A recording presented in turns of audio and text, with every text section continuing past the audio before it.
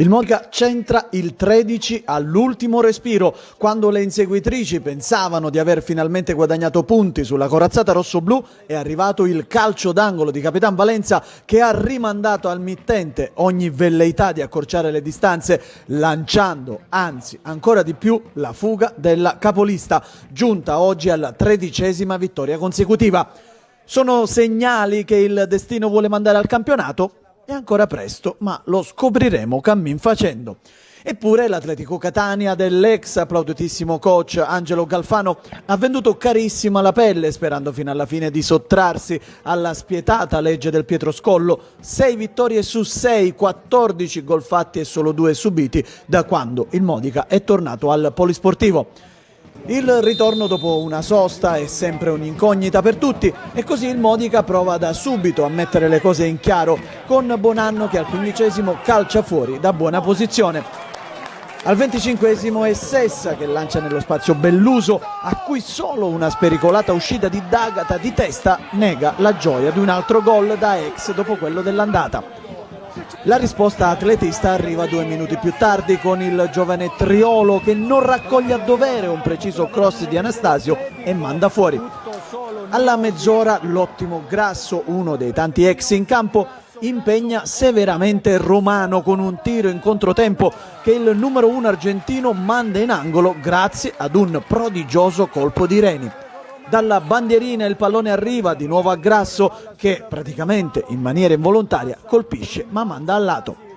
Al 39° Floro Valenza da angolo calcia in maniera insidiosa, pugni di D'Agata ad allontanare, Alioto il più veloce a raccogliere, ma la sua conclusione è da dimenticare.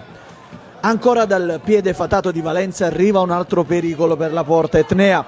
Questa volta è Brugaletta che sfiora di testa, non inquadrando la porta. Siamo al 45°, ma attenzione, non è l'ultima emozione del primo tempo, perché nell'unico minuto di recupero è Bonanno che si costruisce l'azione e va alla conclusione con il sinistro, cogliendo il palo esterno alla destra di D'Agata. Il secondo tempo si apre così come si era chiuso il primo.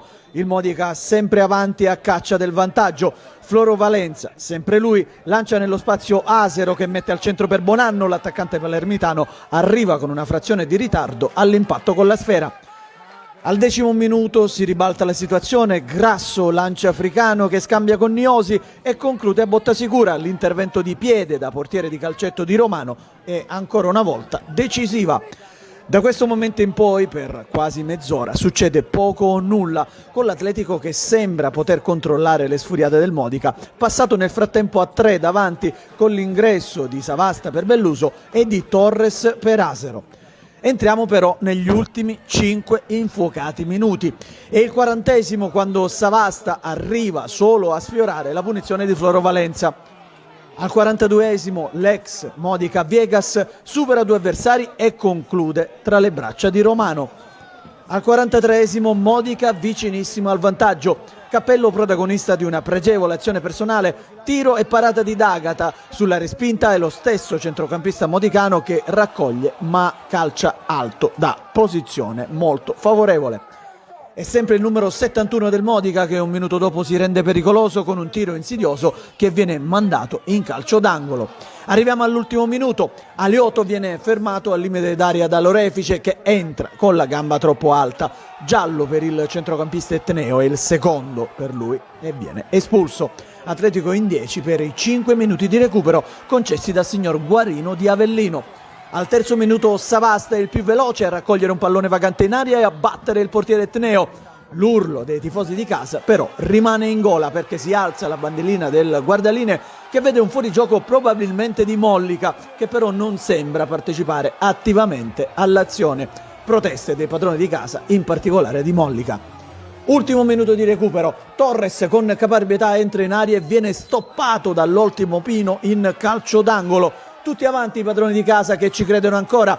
La traiettoria di Floro Valenza è più velenosa di un cobra. Il pallone viene toccato con ogni probabilità dal numero 10 atletista Anastasio, che nel tentativo di anticipare Bonanno insacca alle spalle di D'Agata. Non si capisce più nulla al Pietroscollo, tutta la panchina in campo, Valenza che si arrampica sulle transenne per ricevere l'abbraccio dei tifosi. A terra, distrutti i giocatori dell'Atletico, Galfano infuriato abbandona la panchina prima ancora della fine. Si gioca ancora per 2 minuti di extra recupero, ma non succede nulla. Per oggi le emozioni possono bastare così e la tribuna canta, la capolista se ne va.